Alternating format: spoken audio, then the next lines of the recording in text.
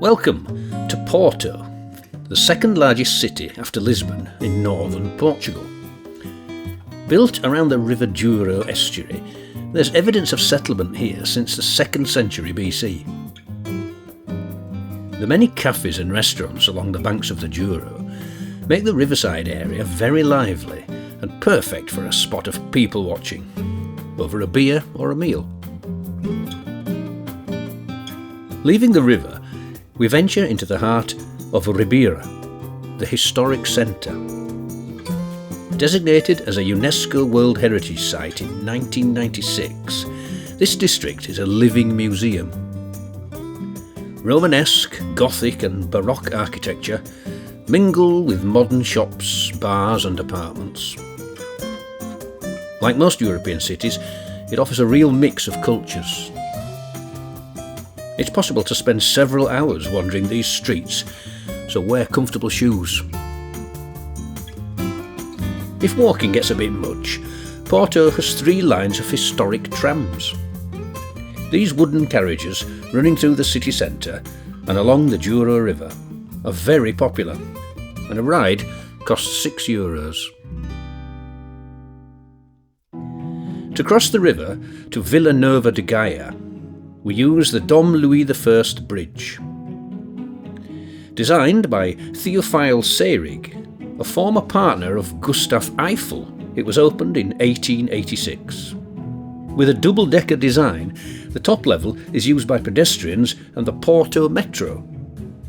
The lower level is for road traffic and pedestrians.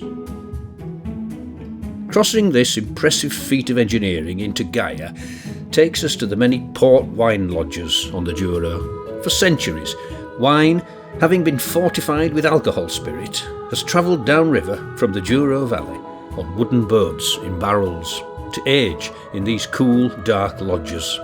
A visit to one of the many historic houses, like Ramos Pinto, is a chance to explore the cellars and sample several rather generous glasses of red, tawny and white port.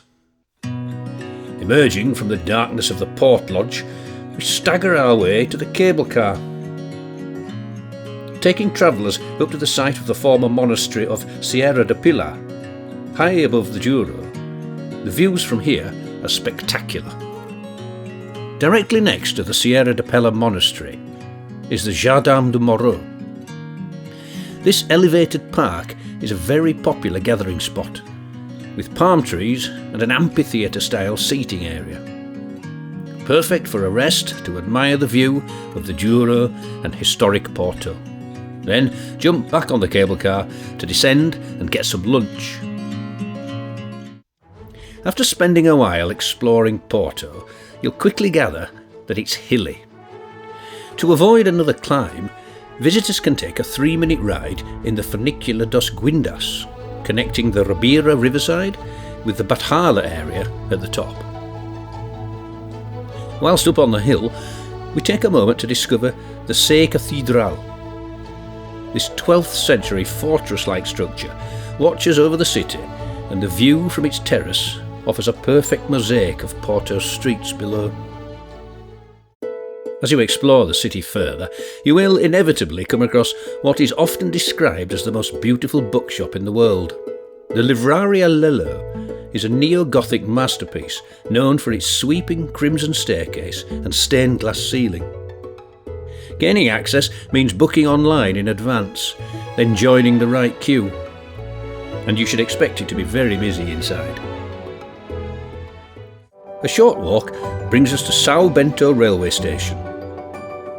Completed in 1916, its historic walls are wrapped in 20,000 hand-painted tiles, depicting various moments in Portuguese history. This is a modern working station, and the entrance hall is a real delight for rail travellers. For a relaxing afternoon, follow the river west to the Jardim de Palácio de Cristal. These hilltop botanical gardens are a local favourite, famous for their roaming peacocks and hidden grottos. From here, the panoramic views of the Douro mouth meeting the Atlantic are amazing. We end our day exactly where the story of Porto began, on the water. Step aboard one of the many boats offering a trip down the river. As you pass under the 6 iconic bridges, you'll get a great view of the city's colourful facades reflecting off the Douro. Porto is an amazing mix of history, architecture, culture and a modern tourist city. I'd recommend spending at least 3 or 4 days discovering what it has to offer. You won't regret it.